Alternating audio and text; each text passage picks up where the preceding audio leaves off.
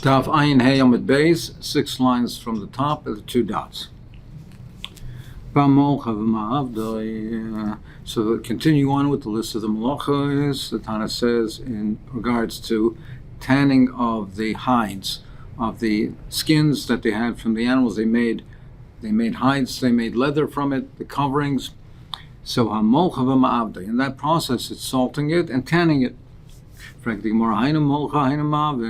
essentially the same thing. In the process of tanning it, it's salted, and that hardens it, and then the tanning finishes it. But it's part of the same process of tanning the skins to make it suitable for leather. They had in the Mishkan the tachash, and they had the ore from the tachash, and they had to tan it to make it suitable to be the covering for the Mishkan. But this is one and the same. The Molchem Ma'avda, Rav Yochanan and Reish Lakish, Tarvai, they said Enechanami. This is really considered one of Malacha, Apek Chad Minayu V'ayal Sirtut. What rather remove one of these and insert in its place Sirtut. They had to engrave out the lines of where they were going to cut the leather, the shape or the size of the leather that was going to be cut. So in the process of cutting it to size, they first made a sirtut that make in similar to when one has cloth and draws lines on it to where he's going to write on. Here they etched out the lines of where the leather was to be cut. So remove one of the two of Molchem Ma'avda because it's one and the same, and insert in its place in the list of Avos Malacha is sirtut. The Rishonim asked the Kasha, when we came to Zer, Bar, Marakid, even though they are essentially the same, the Tana does count it as 3 Avos Malachas. And we said the reason is because there was different processes in the, and was done in the Mishkan, and what was in the Mishkan is listed as a separate Av Malachim. So in Chanami over here, it really is all part of the tanning process, but they are different, they have different particular aspects to it, so why should they be considered separately? Just like Zer, Bar, Marakid are listed separately. The Ran answers, he says, because Zer, Bar, Marakid, they are done at different stages and they are done with different items.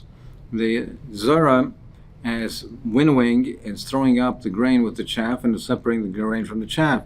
At a later stage, it's separating the stones, the pebbles from the grain, and at a later stage, an even further stage, is sifting the flour and refining it. Here, it's essentially one and the same. It's the same process in the course of working the leathers. They would salt it, tan it, so it's part and parcel of the very same process. It occurs with the same item at the same stage.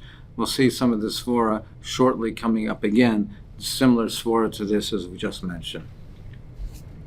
If a person salts meat to preserve it, so he's preserving the meat and he salts it, that's similar to what the person does when he's ma'avet. So the skins of the animal, the skin that he works the skin in order to harden it and preserve it, so therefore salting the meat, he holds, if one salts it for the purpose of preserving it, is really the same as being ma'avet the oris. Rav Amar, he says no. Ein ibud ba'oichlin. He says by oichlin, by foods, there's no malach of ibud by oichlin. It applies to skins for leather, but not by oichlin. Amar Rav Ashi va'afilu Rav bar Rav Huna. Now, even though he himself, Rav Huna, said that it does apply to basar, but lo yamar ela de kaboy le'luorcha. It's only if it's salted to that extent. It's so heavily salted where he's using it to preserve it for a long journey. Right, so of course there's no refrigeration, so they used to salt it heavily so that it would be preserved and they would use it and be able to preserve it for a long period of time when they travel. Avalabesa, but if it's just for the immediate consumption, if he's doing it in his house, he's going to eat it in a short period of time, within a short period of time, several days, etc., then he doesn't salt it to that extent. He's not going to make his food into hard like wood. Meaning, even he who said that there is ibud ba'oichlin, it's only if it's to the extent where it's similar to that process of that ma'avad the iris, that it's preserved. So in this case, the meat where it's preserved for a long period of time where he's going on a journey, but not if he's using it for his household. So continuing with the list of the Mishnah, the Tana said, if somebody scrapes the skins, he scrapes off the hair from the skins, he smoothens it out, and he cuts it to size. Those are two other avos malachos. Amar Rav Achim Rav Chanina hashach bein Amud Yomi Masechet. If a person smoothens out the earthen floor between the pillars, the floors typically were made out of earth, and between the pillars or around the pillars, if a person smoothens out the floor, Chai mishum memachek, that's also memachek. That's smoothing out a surface, just like smoothing the surface of the skins of the leather. So that's the way Rashi learns the pshat. Other Rishonim argue on that because we know that in a house, if a person levels a surface in a house, as we learned before, that's boinem. And here we're calling memachek. Rabbeinu Hananel says, therefore, we're talking about that on the amud, the pillars, they were suspended, the hides, and they used to smoothen it out. And that's what it's referring to, that it's memachek. He told me over three things. One sharpens the ends or tips of poles on Shabbos, because by planing it, he's cutting it to size, and if he's particular on that, what the size of it should be, that's machatich, that's cutting to size. A second thing is if he takes a dressing that's on a makkah, that's on a wound, and he smoothens it out, that's also memachek, that's smoothing out a surface. Once a stone is quarried, and now he chisels it just to beautify it, so that's makeh bepatish. Makeh bepatish is the finishing touches. So he's putting the finishing touches on a stone. It was already formed. It was already cut out. Now he's just putting the finishing touches. That's makeh bepatish. When he does the finishing touches to an item, that's a melocha av makeh bepatish. So it's chaim mishum makeh bepatish. Amar Rav Shimon ben Kismo, Amar Rav Shimon ben Lakish, Hatzar tzur bekli. Similarly, once a kli has already been formed, so, and now he puts the design on it. He makes the design on it. The design on the kli is the finishing touch. That's also makeh bepatish. He's a glass blower, and he blows it, the glass, and he makes the kli. So Rashi, Lishit also holds that there's ein binyan b'kelim, and so therefore, even though he's making the kli, he's a glass blower making the kli, but there's no binyan b'kelim. So this is in effect the finishing product. The finished product, rather, it's the finishing touches. That's makeh bepatish. Chai mishum makeh bepatish. Amar v'yu hayman d'shakal kufi migalima. If he has a garment that's woven and it has protruding from it still some of the threads that are sticking out. So, and now he removes that. That is the finishing touch of the weaving process. He removes the loose threads that are sticking out. That's also makeh bepatish. That's only when he's makbid. So then it's the final stage to remove the unsightly threads that are protruding. If he's makbid, that's the final stage. If he's not makbid, then it's considered finished even prior to that. But if he is makbid, that's the finishing touch. That's makeh bepatish.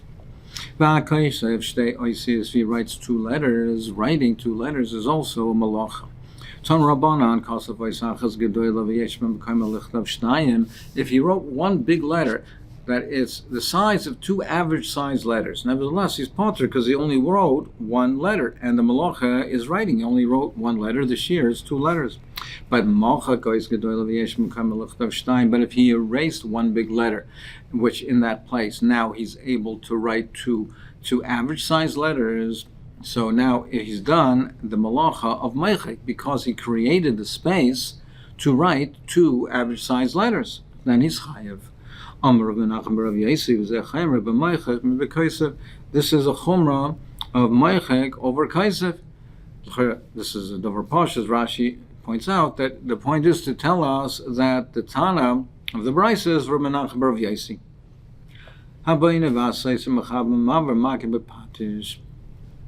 Rabbi Rav Zera Dami Tarvai Kol Mididi Ispe Gemar Malacha Chai Mishum Maki Bepatish. So the Tana mentions the Malacha Maki Bepatish. The principle governing Maki Bepatish is something which is the Gemar Malacha, the finishing touch. That's Maki Bepatish. Elu always Malacha. So the Tana concludes and says these are the Malachas. Elu. Why did you say Elu? La Fukim the Mechayiv told him Makamav. It's to exclude the opinion of Rabbi Elazar that's Mechayiv told him Makamav. So and he holds if you do a told and an av, if you do it one helam you're chayiv both. Our Tana says no. There's 39 chatos. These are the ones that you're chayiv chatos. You are not chayiv on a tolda b'makamav. If he does a tolda and an av together in one helam, you are not chayiv two chatos. You only chayiv one. Chosarachas, there are 39 of malachas. There's 40 minus 1. There's 39. So it's telling you, stressing that this is the number of the avos. This is the maximum, the total number of avos malachas. La fuke mi Rav Yehuda, to exclude the sheet of Rav Yehuda, the son of Rav Yehuda, Maisev is a shevet v'amadaktek. Rav Yehuda's Maisev, two other ones. So according to him, there's two additional ones.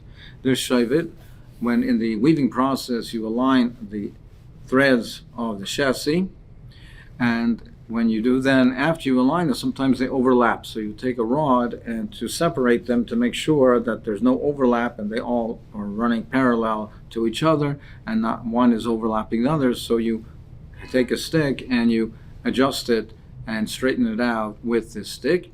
That's Shaivit. Rav Yehuda adds that on to the list. The medaktik is, after the weaving process, the erev, it's woven, sometimes that the erev is too tight. So they have to bang it. They bang it with a stick which has on it a tip on it, and they bang it to loosen the erev, to loosen it so that it has more slack, that it'll be able to be woven properly, because if it's too tight, it won't be able to catch on properly to the chassis. So they do this process to loosen it, to facilitate the weaving process. So he adds on these two to the list of the avos. Amrullah the Chacham said to him, no, Shavet Rebechal Mesa, that's part and parcel of Mesa. To align the chassis vertically, that's part of the process. That's how you have to do it, to make sure there's no overlap. So that's part and parcel of Mesach. It's not a separate av. It's part of it. It's a tolda of Mesach. Medaktek harum b'chal orig. And medaktek is part of orig. That's facilitating the weaving process. That's not a separate av. And Rashi mentions, and as we explained earlier also, it's not similar to Zer Bar Maraket, which are considered separate avos. Because over there, they're done at different stages, and they're done with different items, with chaff, and later on with stones, and then sifting the flour, the coarse part of the flour. They're different stages with different items. This is part and parcel of what Mesech is, and this is part and parcel of what Oirig is. So therefore the Chum say these are not separate avos. There are 39 avos and no other ones. Zok the Mishnah, V'oid klal acher amru. So we started the parak by klal gadol. Now the Mishnah says there is another principle. So now we're dealing with a principle involved in the malach of haitzah, of carrying. Yevod klal acher amru, kol hakasher lahatzniya, something which is an item that people would store away. It's a type of an item. It has value. It's not something that a person would discard. It has value. Umatzniyin kamoyu, and it's with the size. It's a shiur that people would keep it and store away. This type of item with this size, and if he took it out, if anybody took it out and carried it out b'Shabbos, chayav chatas olav, then the person is chayav chatas. Whether he is machshavit or not machshavit, it has value. It's something that's considered independently of value. And a person who took it out and carried it into the Rishus HaRabim or carried a Daled Amos in the Rishus HaRabim is chayav. But if it's something, an item that has no value, that people would discard, it's something that it has value, but not of its size, not in an amount that people would bother keeping. And if a person took it out, then he's not chayiv. Ela hamatzniya, only if there is a particular person that he himself stored away this item. If he is machshav it, if he himself takes it out and carries it, he's chayiv because he was machshav it. But other people would not be chayiv. Zog the Gemara, kol hakasher lafukimai, any item that has chashivas, that has value. What is coming this to exclude? Papa ma amar lafuke dam nida. He says the dam of a nida, that's something after the dam has been examined, and then it's determined if a store or tome, then it's discarded. It has no value. Marukva amar lafuke atzei ashera. He says it's to exclude atzei ashera, the wood of an atzera, the tree that people roy it away to Zora, which is also bahanot. Even a further stage, it's not only people don't value it, you cannot value it. You cannot get any hana or any value from it because it's also bahanot. So there, if a person takes this out and carries it on Shabbos, he's potter. Certainly he would agree that atzei ashera is not considered kosher latzniya because it's also bahanot, so certainly be potter. But man domer atzei ashera, but he says dam nida matzul l'shunra. He says that no, that dam nida, a person could be chayiv on that because it has some value. People would give it to their cat. The man says no, that dam nida is potur, is kaven the cholsha loy matzul lei. Since it's considered a sakana for the cat, he will not keep it away and he would discard it. So he holds it has no value, and a person would be potter not only on atzei ashera, he holds on dam nida as well. Amar Rav Yosef bar Chanina, hi, the like Rav Shimon. Our Tana, who says this principle, is not like Rav Shimon. The Rav Shimon ha'amar lo yamar kol ha'shiurim halalu el matzniyayim. Because according to Rosh Shimon, he holds that the shiurim that are mentioned, legabe hoitzah, that for different items, of each particular item, it needs a certain size to be chayav. He says those shiurim are only mentioned for the person himself that would store it away. But if a person has, if that is a shear that has that size of a shear, if there is a wealthy person, for instance, who would not bother keeping and preserving and storing away an item, this particular item, in this quantity, that wealthy person would be potter. He holds that these shiurim are mentioned for the people who would store it away. And secondly, as Rashi mentions later, that if it's less than this shear, even if a person does store it away, he'd also be potter. He holds that these shiurim are mentioned that for the person that values it and would store it away, he's chayiv up to this shear. Less than this shear, he holds, is nobody would be chayiv. Even if a person himself does value it and store it away, it's still considered insignificant. And for a wealthy person who would not even value it at the prescribed shear, he also would be potter. That's not like our Mishnah. Our Tana holds no, that the shiurim are, if it has this required shear, if it has the minimum shear that's stated, and if it's an item that people value, anybody would be chayiv, even a wealthy person. And our Tana holds that a person who he himself stores it away even less than that shiur, if he himself took it out and carried it, he would be chayiv.